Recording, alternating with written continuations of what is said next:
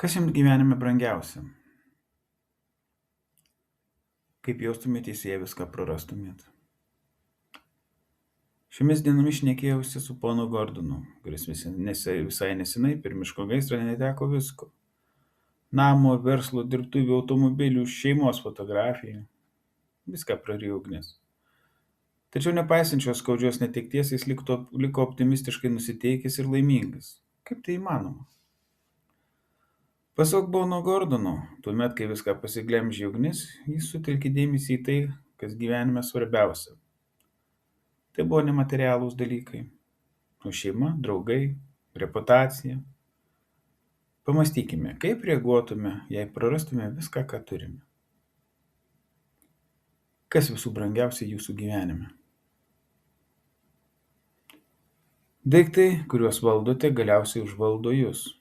Tik viską praradęs tampate laisvas ir galite daryti, ką tik norite. Čakas Palanikas, Kavos klubas.